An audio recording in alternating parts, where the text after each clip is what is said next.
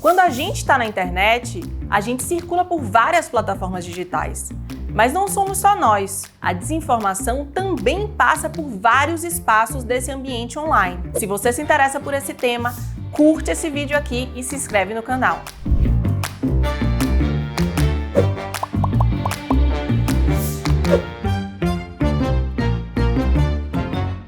A gente sabe como é nossa navegação no mundo digital, né? A gente está ali no WhatsApp, aí recebe um link, clica nesse link, vai parar num site, acha a matéria interessante, resolve enviar para alguém pelo direct do Instagram, essa pessoa responde com um link para o YouTube, enfim, a gente está sempre circulando entre várias plataformas digitais. A gente não fica em um lugar só.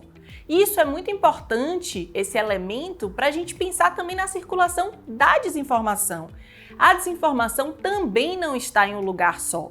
Muitas vezes ela é criada, por exemplo, através de um post em um site. Esse link ele é divulgado via WhatsApp ou Telegram e depois esses links são compartilhados em redes como o Facebook e o Instagram. Então, um elemento importante da gente pensar quando a gente está falando de circulação de desinformação é o que se chama de multiplataforma. A gente não está falando de plataformas específicas e isoladas, mas de plataformas que estão integradas, que formam um sistema digital cuja circulação é constante, intensa e rápida.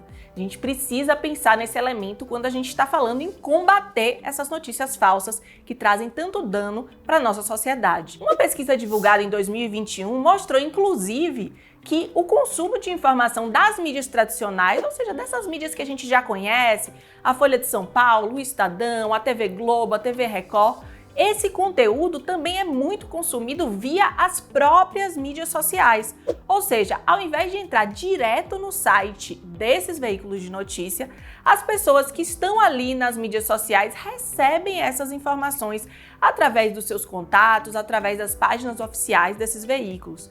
Isso significa que o funcionamento interno dessas plataformas é cada vez mais importante no controle da circulação dessa informação, nas regras que regem a circulação dessa informação. Então, é um elemento central do consumo informativo, ou seja, de como as pessoas acessam informação e também do consumo desinformativo. As pessoas que estão por trás das grandes operações de criação, digamos assim, de desinformação, elas conhecem esse funcionamento e elas se utilizam dessas regras, né, desse modus operandi, para conseguir fazer com que determinados discursos falsos consigam ir muito longe.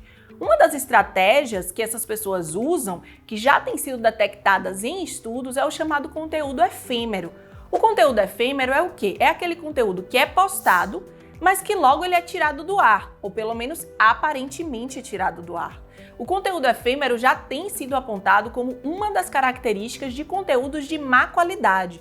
Ou seja, quando a gente analisa as características das fake news, dos conteúdos desinformativos de forma mais ampla, a gente vê que muitos deles duram muito pouco tempo na rede. A gente acessa hoje e daqui a alguns dias esse link já não é mais público. Por que será que essa estratégia é usada?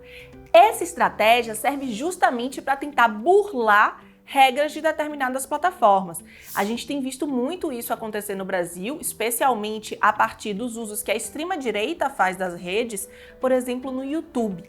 Então, são criados vídeos no YouTube, esses vídeos são postados, tornados públicos, o link passa a circular em outros ambientes, como WhatsApp, Telegram, mensagens privadas, e depois esse vídeo ele é tirado do ar, ele é tornado privado, ele só pode ser acessado por quem já tem aquele link.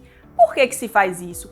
Para conseguir fugir da política das plataformas, ou seja, o YouTube tem desenvolvido uma série de regras que ainda precisam ser aprimoradas, mas que tem avançado, de moderação de conteúdo, contra conteúdo de ódio, conteúdo agressivo, conteúdo que incita a violência. Só que o que acontece? Os links já estão circulando em outros ambientes. Então, nos grupos de WhatsApp, nos enormes canais de Telegram, esses links já estão sendo postados e as pessoas continuam conseguindo acessar esses conteúdos.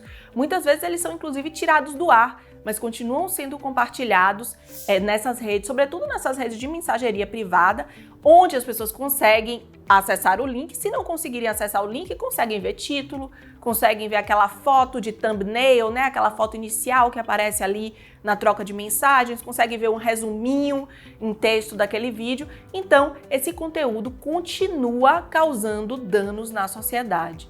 E o que isso nos diz sobre soluções em relação à desinformação? O que a gente pode fazer quando a gente está pensando em combater a circulação de desinformação? A gente pode pensar em soluções que atinjam esse ponto multiplataforma.